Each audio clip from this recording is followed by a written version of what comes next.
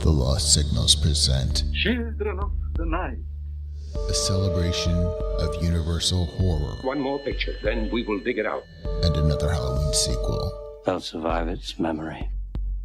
with in-depth analysis, I know what it feels like to be God. adult content, The drugs I took seemed to light up my brain. adult language, You have to open graves to find girls to fall in love with. and spoilers. Bela became a wolf, and you killed him. Join us. Hello, and welcome back to MOTS-O-Ween 2018. We are here talking about the Universal Monster movies, and tonight's entree is The Invisible Man. I am joined here today by Jonathan Earmanzer I apologize in advance. and Chris Morgan. Look to see me. And let's go on to the funny log line with Ian. Well, we're going to be talking about Midnight Strangler, the one atop the garden wall.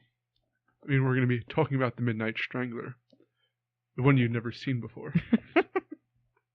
Anyway, that's it. Anyway. Very nice, very nice. The song has a lot of parallels to The Invisible Man. It's strange. I hope that they come out more and more as we go through this episode. Chris, are you able to stop laughing and give us the plot? Maybe, yeah, sure. The plot is a mad scientist or a doctor, Jack Griffin.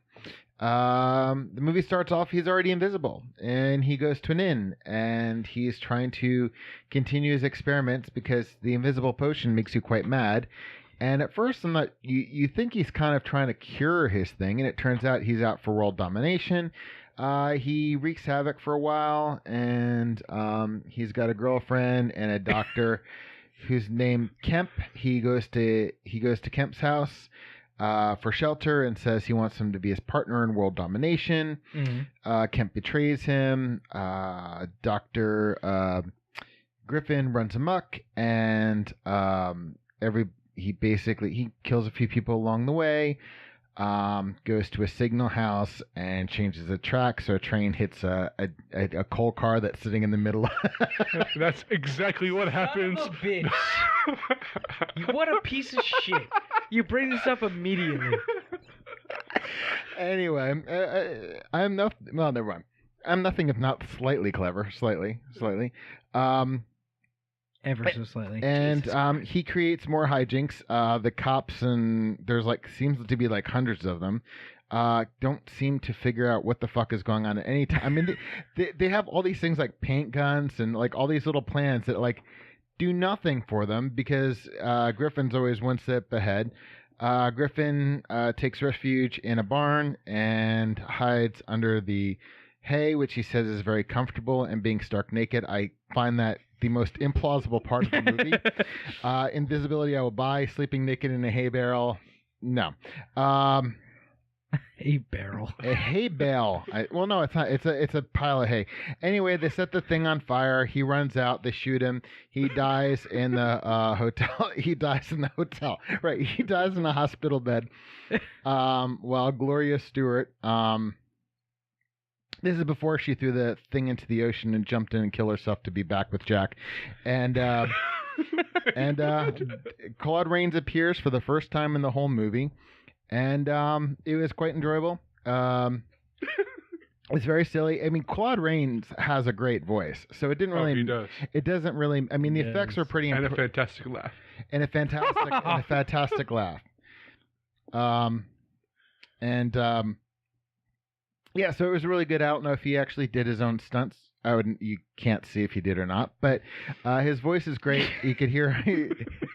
What stunts? That was a good joke. No, I enjoyed the movie. There were times where I don't know. I'm gonna stick with I'm gonna say it's a stronger 2, but I'm gonna stay with 2 because I thought like it could have benefit from a little bit of editing, but I quite enjoyed it. Okay, first of all, this is automatically getting a 3 for me.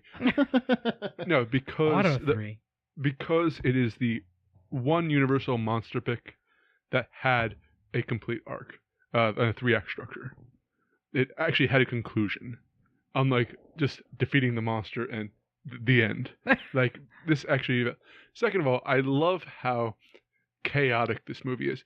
It's almost like you're watching the Joker from Batman, just if he was invisible and running amok.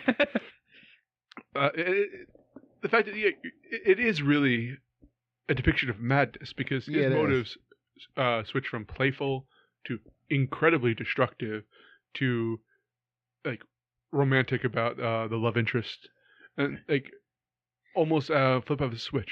He's also kind of romantic and nonplussed about his world domination. Like, oh, I'm going to kill some great man and some little man just to show you that we're... throw a bunch of money out in the street. And yeah. This thing is this such an interesting depiction. It's the villain who is most interesting so far, if you count him as a villain. But anyway, I think that because the fact that it broke from the formula, and all the Universal movies or monster movies were getting very formulaic. Yeah, this is going to get a 3 for me. Yeah, it was very different than the other ones. I think that I don't think that I did enjoy it quite a bit. It's funnier and more obvious in its intentions, I guess, than all the other movies, and I think that I'm probably gonna give it a 2 as well on this. I think I'm with Chris, but like it is, it does actually. Maybe I will give it a 3. I'm sitting here. The more Ian's talking, I'm like, yeah, it is kind of like stages of chaos. It does have he does kind of follow his madness. I mean, his maliciousness. Yeah, it was kind of interesting to figure out. Obviously, the dumbest ones in the film are the police force, but it's kind of weirdly like a British comedy, like a Monty Python aspect to it. Yeah, where it like the Benny bumbling Hill. police force, and Benny Hill, absolutely, and the I guess the lower class running amok. I don't know. I was fascinated watching this character. You know what? Like throughout all of his arc. I think I am going to give it a 3 because it does have a full 3 acts that actually makes sense as opposed to most of the previous Universal movies. I don't know if I'm just giving it on like the benefit of coming after all those other movies that were all kind of the same, like, right? I think that on a judging it by itself, I might give it a 2. But I think you're right. It does have a more full structure than the other 4 movies that we've watched before this. And I guess I'll bend to a 3 on that for that in that regard, I guess. Well, what kind of got me on the 3 is when you mentioned the Joker, and then I thought about the levels of chaos and the development of like the arc kind of shows up through his actions. Like I see what you're saying. I agree with you. I think it is worthy of a 3. Now, we're going to go on to me with themes, and this is a very interesting one because it kind of has the same theme as the rest of them, but it takes it a little bit further, which I really enjoy about this movie. Like, it has that science doesn't know everything theme, or like bad things can happen, on with the. Oh my God! Excuse me. I'm sorry. Someone is trying to call me, and my phone is buzzing. Science can lead to bad things, and it does explain that pretty thoroughly. But it also kind of goes into the like science can be good, but also science doesn't necessarily explain everything. And a lot of the other movies were like, science, like, depending on science will ruin your life. And this one is kind of like science is over here, and like this is a problem with science, but it's not like that science is bad. It's just that this guy was driven mad by the lengths that this could go. So, to build off of what you said, Yeah. a lot of these previous universe pictures, again, I can't really speak to Frankenstein because I didn't see that one, but a lot of the other ones were like, science tries to explain everything, but there's an occult element that it can't address. This was more of, because there has to be an unknown in horror to make it scary. Right, It's kind of like fear of what exists. And this is fully in the realm of science, but on the fringe, the unknown of what the fringes of science have to offer. So there's great things like, what was it? Packaging food, basically. Yeah. Like the science behind that, which benefit everyone, but we don't. But when you explore on the edges of it, like you might fall into a monster movie trap. I would say briefly, that Frankenstein addressed this the best of the other movies that we've watched, and that's probably still my favorite by a slim margin, but this is Invisible Man's coming in second, for sure. It's so funny coming into it. I mean, we have Creature from the Black Lagoon, spoilers, yet to watch. But I'm noticing that so far, now I think about it, I think in a lot of ways Dracula's probably the weakest one. All respect to Bela Lugosi, because you brought out, I thought of some themes in Wolfman, and you brought out even more, which made me appreciate a movie I loved even more. Frankenstein had very strong themes. Mummy had incredible performances. And this one, I know you don't like Mummy. Well, you don't, but I'm going to speak to the woman who played Helen and Boris Karloff. But anyway, back to themes on this one. She played Helen and Boris Karloff? No, it's quite the range. Yeah, that's what I'm going to be. That's what I'm going to be for Halloween. Helen and Boris Karloff. It's going to be like half and half. But obscure costume there. If you get anyone to get that one, I'd be impressed. Yeah, check us out on our Halloween show. Let's see what goes on. Anyway, so themes. Science running amok. This is science running amok. This is a single muck. Amok. But this is but in a way it is just kind of trying to show you it is there is no supernatural element, but it also comes like it's also that great power comes great responsibility, but not really. You can how easily one is corrupted with the movie? Yeah, I don't know. I'm grasping at straws here because I was derailed by something, all right, much like a train hitting a Jesus. Can we brainstorm every question? We certainly try now. But there's also an interesting theme that they keep bringing up, which is invisibility. And I don't mean just necessarily the fact that there's an invisible Physical man. invisibility. Like the first action that the invisible man takes in the room is to close the blinds and try to hide himself. Like they make vaguely veiled references to it throughout the movie. They do, and they also bring up the fact of secrecy in science.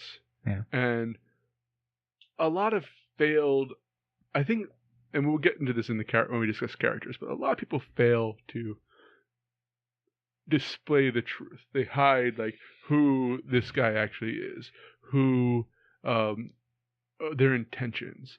The only person who's really displays his intentions is the man who's the least visible. True. But I think that definitely does play a part. Whether it's particularly deep or just we got to include this because it's the Invisible Man, I don't know, but I think overall I'm going to give it a 1. Yeah, I think that they do a good job of having these kind of somewhat veiled references and these undertones of invisibility, obscured and hidden references. Our dialogue speaks to invisibility, and I like that. I'm gonna give it a 1 for that. It's not the deepest or craziest theme in the world, but it's good enough that it's there, and I think that the script does a good job, and I think the director of this did a good enough job trying to bring that out. So I'm gonna give it a 1 as well. Yeah, I'm gonna give it a 1. There's a lot of things you can draw from this, and even though it's an absurdist, in a lot of ways it was an absurdist romp. Right, but no, I think the themes we discussed, I think there's enough here to give it a solid 1. Sounds good. Ian, tell us about the antagonist. So this is where we might diverge, because I'm not going to make an argument for the Invisible Man as being the protagonist of this work, meaning he can't be the antagonist for me. Which means that Kemp, for a large part, is the antagonist. And I would actually argue that Kemp creates a lot of the chaos in this because he fails to keep his promises to anyone he knows. Right. And he's just he's a character that you want to die at a certain point. I was hoping for him to die the entire movie. Yeah. There's that point, it's like, okay, you're kind of a shitty person, and then, oh, you're really just a shitty person. You lied to the Invisible Man. Fair enough, you lied to the Professor, who was perhaps the most rational about the whole thing. Oh, let's take the Invisible Man aside. He's had madness bestowed upon him by this drug. Let's work with him and he seemed to be okay with it. I wish they'd made this point stronger, but I think that, to me, you can convince me otherwise. I'm going to say Kemp is the villain. Fair enough. For me, so I've been thinking about this. I don't know if I really want to do it this way, but where I'm standing now, like the characters in general of this movie are going to take a big hit on my score. I might give it 3 zeros in these next 3 questions. Because while I like the Invisible Man, I don't know if I can put him as a protagonist or an antagonist. I don't think he really fits in either one of those categories. He's certainly not a supporting character. I might give supporting characters a 1, but I might have to be convinced of that as well. So at this point, Kemp is a fine comedic relief character, kind of, but just the fact that I made fun of him the entire fucking movie, basically, I don't see him as a strong protagonist or antagonist. He's definitely not the protagonist. Exactly. So, what do you put him as an antagonist? Because of if you do you put him as a strong antagonist? I don't think I can give him a 1 for antagonist. I think because he's the rat character, but he's not he's not super antagonizing. He's not he doesn't drive our if you count calling the police. He drives the chaos that happens later. That's an action. It's not his. I would say it's like a. I don't know the best way to explain this. It's an action. It's not like a catalyst, I would say. He's not actually driving our If you call Jack, the Invisible Man, our protagonist, if you call him the protagonist, he's not driving his actions. He's not motivating his actions. He is just expediting them, I guess, max. That's the biggest action that he has in this movie. Good point. And I can't put him as an antagonist, and I don't want to put the Invisible Man as an antagonist because I don't think he quite fulfills that role. He's not antagonizing anybody. He is the character who we follow. Yes. He is. I don't. Maybe that's wrong. He is antagonizing people, but we don't get to know the. We don't get to know their feelings on that. We don't get to know the way that they react to that necessarily. The old woman in the inn, she certainly made us. Oh my yeah, God. yeah, she did. But What are you gonna say, Chris? What swung me over to a 3 was something Ian said about being like the Joker, being like an agent of chaos. I see him. I definitely consider the Invisible Man an antagonist, but I see him more as a force of nature rather than a character. I mean, because when you follow him, like I said, there's hold on a second. There's all these machinations of chaos. He antagonizes. He seems fairly logical, and then when when he's not happy with the innkeepers at any given point, he can go from a thank you to a fuck you pretty easily. He goes to Kemp and is very logical about his world domination. I mean, the thing is, he's definitely not stable.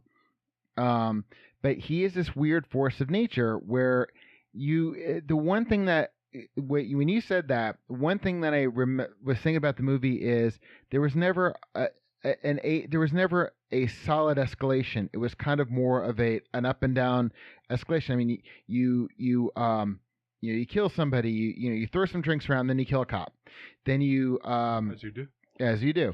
But then, that's like standard, he wrecks a train, probably killing lots of people. And then like in the middle of a bank, he pulls out a drawer and goes there. Pulls out a drawer. Apparently, nobody in this big bank, full bank, saw him. And he goes out in the street and throws money around. Yeah, but the drawer was floating around. But what I'm saying is, you have something that's more beneficial. It's kind of like a Robin Hood kind of action. So he's unpredictable. I consider him an antagonist insofar as he is this unstoppable force of nature, because everybody around him, even though they try to appear logical, are kind of an idiot, but nobody can really kind of find a way to stop him, because he's always one step ahead of them, because he is something they can't. Every time they think of a way to stop him, a way to foil him, he's already one step ahead of them, because he knows what he's capable of, and while they're trying to figure it out. He's quite genre savvy. Yeah, he is quite genre savvy. So I'm giving him a strong one as the antagonist, and I'm going to say that Dr. Griffin is more of like a representation of the force of nature created by science. All right. Are you gonna? How are you coming down on this? I think I agree with you. That's going to go into my protagonist thing. I agree with you on Kemp. So I'm probably going to give it a 0. I'm going to give it a 0 on antagonist as well. And we're going to go to Chris for protagonist. This is where I'm going to diverge from both of you, because I don't really see... we're following Griffin, but again, I feel like I don't really see him as much of as a protagonist, because all the exposition, his story is doled out between him and Kemp and his love interest and his love interest's father. I don't really see a clear protagonist. I never really. I was basically yeah, she was, but I was basically following him to see how he, like I said, he just seemed like the antagonist, this force that I was watching him best everybody, and all the information about him was either doled out in his expository speeches, which, it's Claude Rains. I can listen to him read a laundry list and I'd be entertained. But you get all these... But I don't really see a strong protagonist, so I'm going to give this a 0. I have made my thoughts clear. I like the anti-hero nature of the Invisible Man, and I think that it was at least partly intentional. Because of how comedic a lot of it was portrayed. And I'm laughing alongside him quite often. And yeah, he causes destruction, but it's not his fault in a lot of ways, and there are kind of that tragic hero aspect to him. Where the thing is, we follow his story from the first scene to the last scene. Where he gets his sanity and his redemption back at the loss of his life, unfortunately. But, so yeah, I'm going to give it a 1. If anything, that is... I got to work this out in my mind now, because what you just said kind of flipped something on in my head, where you say we follow his we follow him from the first scene to the last scene, which is true. I am also going on 0 with this because I don't see the Invisible Man as a protagonist, really. You don't see the Invisible Man? Sorry. Ooh, hello. It's like I was the scriptwriter for this movie. Yeah, but like, you know, it's hard to view the Invisible Man because of his invisibleness. So many puns. I don't know if the Invisible Man is... I don't know if Claude Rains, if Jack Griffin is a protagonist in this sense, because he's kind of just... you know what? He is... Lacks presence? You know what? I the more I think about this... No. Stop it. Stop it. Please stop it. I have to get through this. He does lack agency, and because he's mad throughout this. He does. It's exactly. It's the drugs that's making him do it, not his own. You know, society unfairly judging. If only there was Dare back then. Yeah, Dare has done a lot of things for a lot of people. I am not one of them. Not a fan of Dare. Anyway. Claude Rains in this movie does a great job. I'm not sure if I can see him as a protagonist. He is very.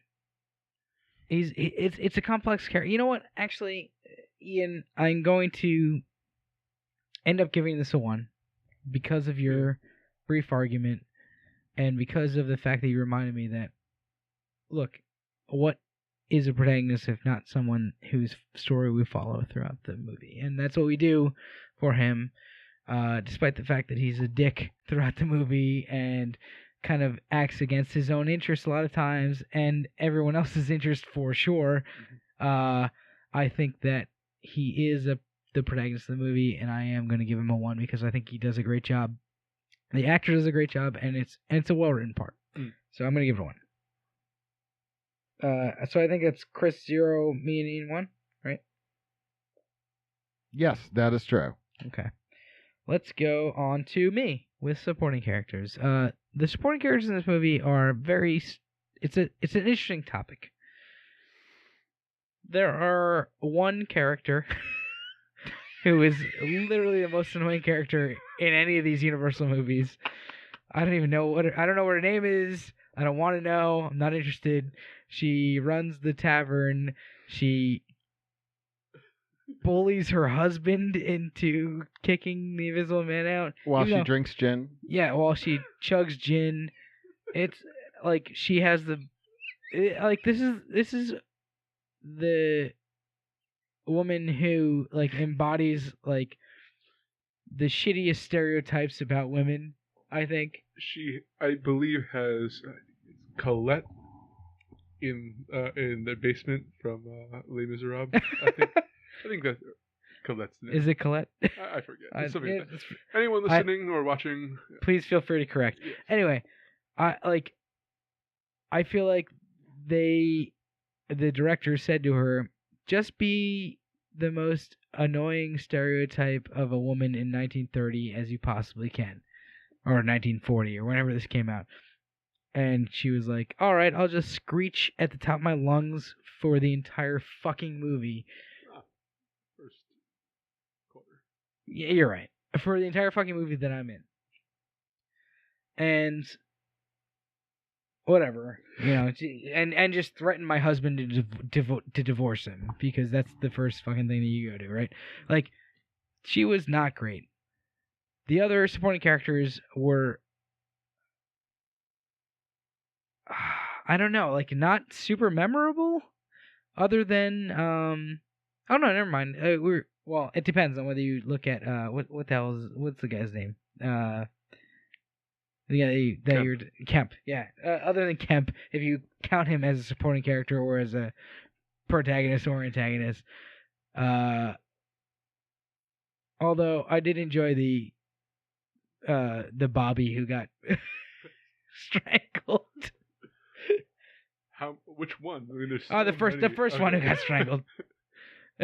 and his portrayal was pretty enjoyable. But like it's tough. Like I can't.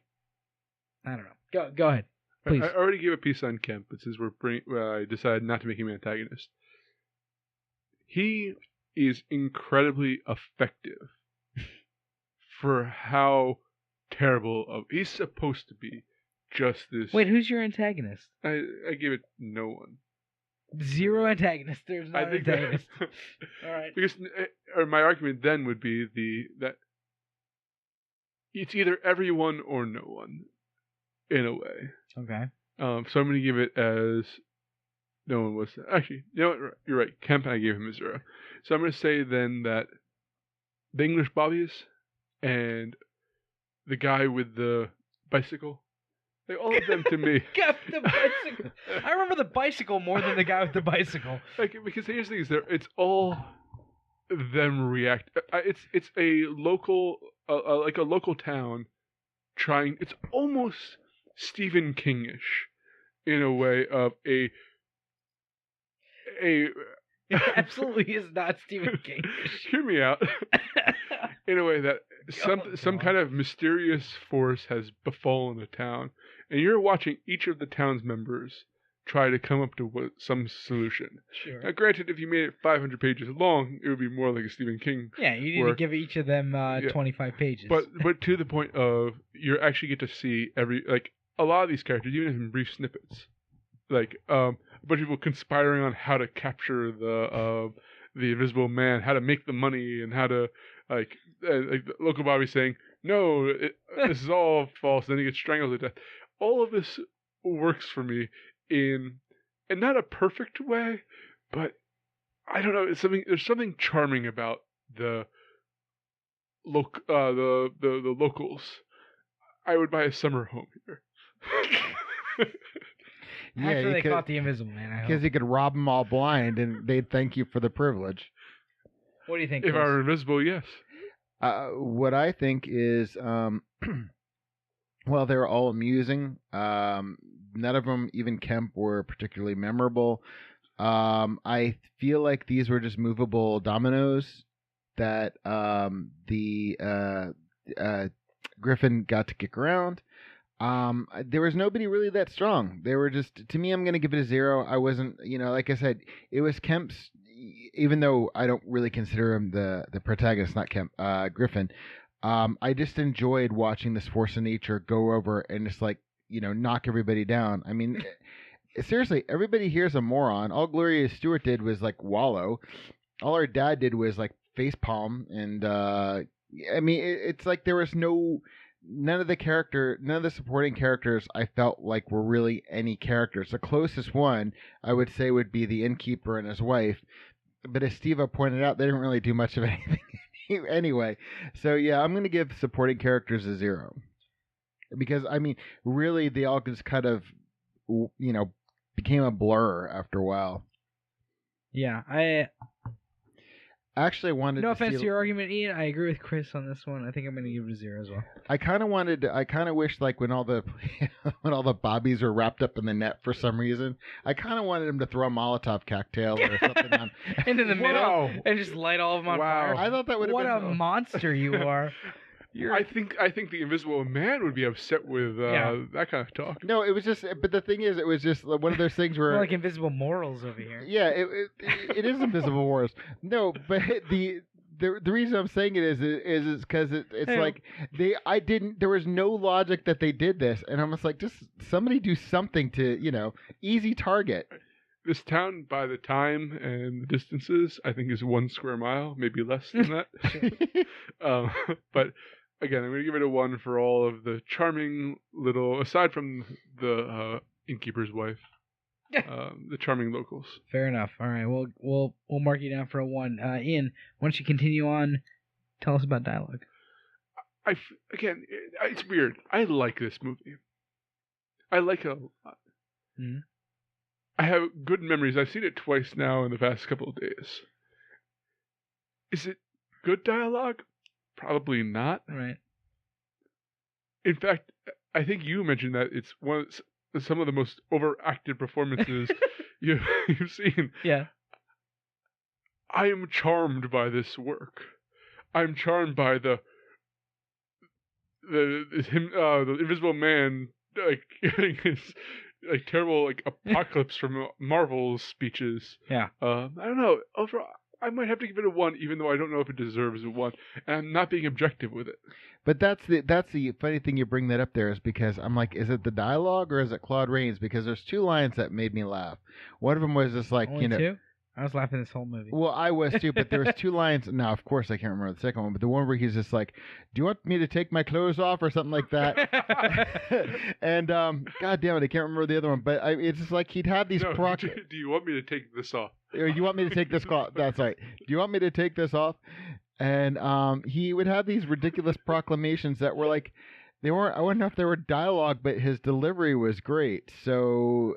It's such a weird thing to judge. You know what? Dialogue me a river. I'm going to give it a 1 for sure. I loved how maybe it's the delivery of everyone, but whoever the director of this movie is, I don't even know. James Whale. James Whale. Oh, it was Whale? Yeah, it was Whale. Wide Whale. So I'm calling him from now on. Villain from Venture Brothers. Anyway,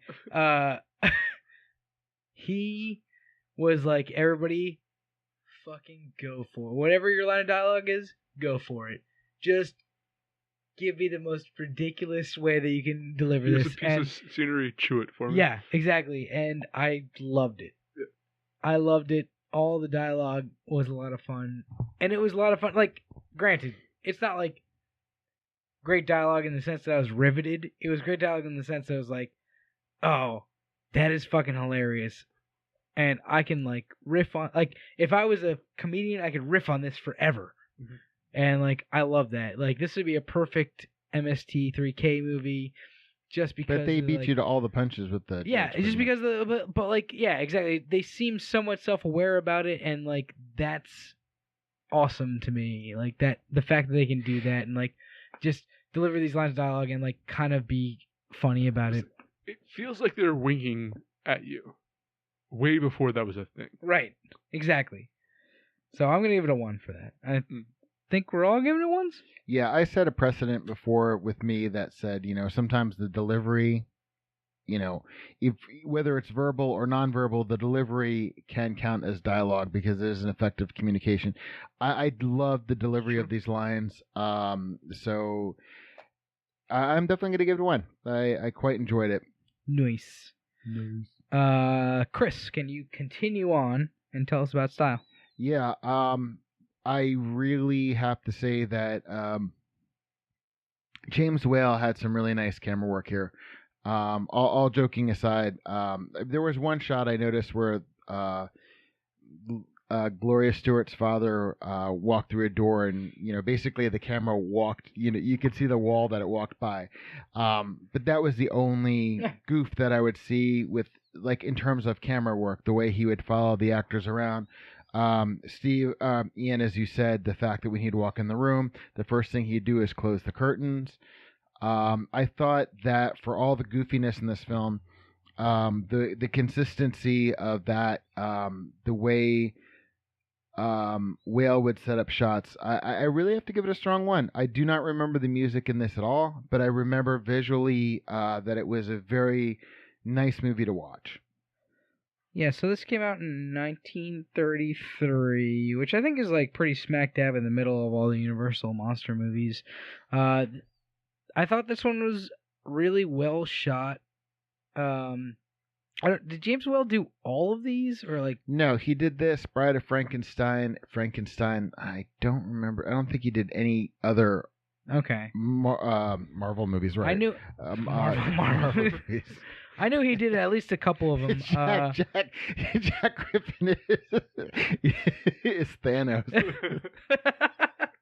I would like to see Claude Rains playing Thanos. Claude Rains. Oh my God, that would be amazing. I don't know.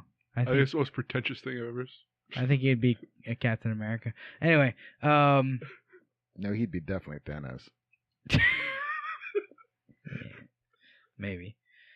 But I thought that this was really well shot. I think you're right. Like, this is one of my favorite movies in terms of like cinematography.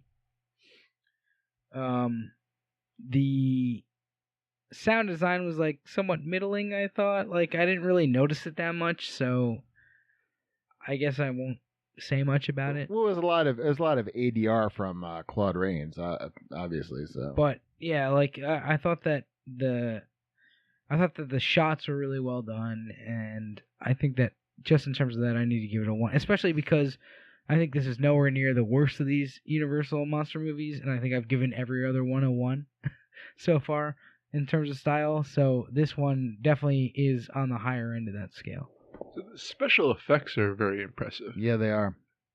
In a way I wasn't expecting. I mean, there's a lot of effects that go on in this film. A lot of Invisible Man. Yes, but not only that, like him wearing a partial set of clothing. Yeah. Or him running around throwing something at someone, or putting a log on fire. His head on his pillow. Yeah, there was so much went into every scene that he was in that. I mean, I was actually very impressed. Now, granted, some of it looks pretty dated, and is obviously green screen or whatever equivalent they had at that point. But I don't know, it was impressive. So I'm gonna give it a 1. One scene I really, really liked was when he's talking to Kemp, and he's in the rocking chair, and he's fidgeting, and nobody's there essentially, but just because of the way the chair is moving, all the things that you're seeing, like the chair, the blanket on the chair, the cigarette, the log, like you said, the fire tongs. I mean, he did a really good job of conveying anxiety, frustration with somebody who's not there, but just by a matter of like how he'd hurl objects, where he'd sit. I mean, it was very thoughtful the way these effect shots were done. Yeah, I completely agree. So that sounds like 1's all around for style. Mm-hmm. And we're gonna move on to recommendation with me. Yeah, definitely check this out. As I think I've said for all the other previous movies, these Halloween monster movies. Around Halloween time, these are all great flicks to check out. They're a lot of fun, just as like a little hour diversion. None of them are very long. This one's an hour and 12 minutes, I think, and they are just kind of like a throwback to what the original movie, like monster movie, was, and like when you go back to like what influenced all the horror flicks that are coming out now, especially like those like building block horror flicks. Like I'm trying to think of like anything good recently, like the stuff from my childhood, like Monster Squad, or like Little Monsters, or even like the Goonies to an extent, like stuff like that. Like all took their cues from these types of movies. Hollow Man. Hollow Man was a piece of garbage. First of all, Kevin Bacon. I'm okay. For some reason, I was okay with Hollow Man back then. Hollow Man sucked ass. That was the first movie that I ever walked out of the theater on. Hollow Man. So don't watch it. Watch Invisible Man instead. Sorry, Eben. 3 times. Sorry, Ian. I didn't mean to steal your fire there. That's okay. I don't know if I could watch it right now, Hollow Man. But anyway, I'm gonna give it a 1 for recommendation. Oh, next Halloween we're gonna have to watch it. Oh, okay. Just for you. I'll give it a 0. Unlike Mummy, which is the last one I saw, which I said watch Brendan Fraser, I think this not only stands up for a movie made that era, I think it stands today. Mm-hmm. It's a fun movie to watch, and you're right. You could when I was a kid, I liked to in like high school with a bunch of my friends go and watch a bunch of horror movies and kind of laugh at it. I think this is a great one for that, because it's not one you're laughing at, you're laughing with it, and I think it was very kind of wink and a nod type thing, and to me, I find it incredibly charming, so I give it a very strong recommendation. Yeah, I agree. I enjoyed it. As with all these Universal horror films, I think they are a part of cinematic history, especially if you're into horror films. You see where a lot of, as we just talked about, where as Steve was saying, where a lot of the tropes, a lot of the ideas of later horror, and even, like I said, even not horror. This would probably be more of a science fiction film than a horror film. But I think I think this is an enjoyable watch. I would highly recommend watching, as I would recommend all of them, and that we've seen so far. And yeah, I think that's. I don't think there's anything else I have to add to that. Awesome. All right. Well, let me give the scores here. Ian, you gave this the highest score tonight with a 9. Woo! Chris and I both gave it an 8. And that's going to leave us with a final score of 8.66. I'm sorry, 8.33. I don't know why I said 66. Yeah, I had it written down and then I changed it. 8.33. So fucking check it out, man. Invisible Man, good movie. And I think that's going to do it for us, right? Anybody else have anything else? I was going to say, there is a runner, and we keep fucking with Steve-O, but the train switch, leave us your comments. First of all, anyone who knows what we're talking about, there's a scene where the train switches and then blows off a goddamn bridge we have to kind of explain. You have to explain the joke somewhat to the audience. No. If you explain it, then you're going to fucking lead them somewhere. Just I'm not explaining. Tell us if you know what this means. All right. What did the train hit? That's all I'm going to ask. We actually spent a good 15 minutes rewinding. Yeah. To try to figure out. Back and to the left. That's what we did for 15 minutes. Scott's remote is terrible, or whatever Comcast thing he has is terrible. Yeah. Whatever. That's the Doesn't so matter. What did the train hit? Leave it in the comment section, please. It only has 2 bars for fast forward. Makes no sense. It's awful. Makes no sense, you see. But yeah, that's it for us. So we're gonna get out of here now, and leave you to leave us comments. I have been Steve Ramosi, your host, joined here tonight by Jonathan Ian Manzer. Gotta go disappear. And Chris Morgan. Look to see me no more.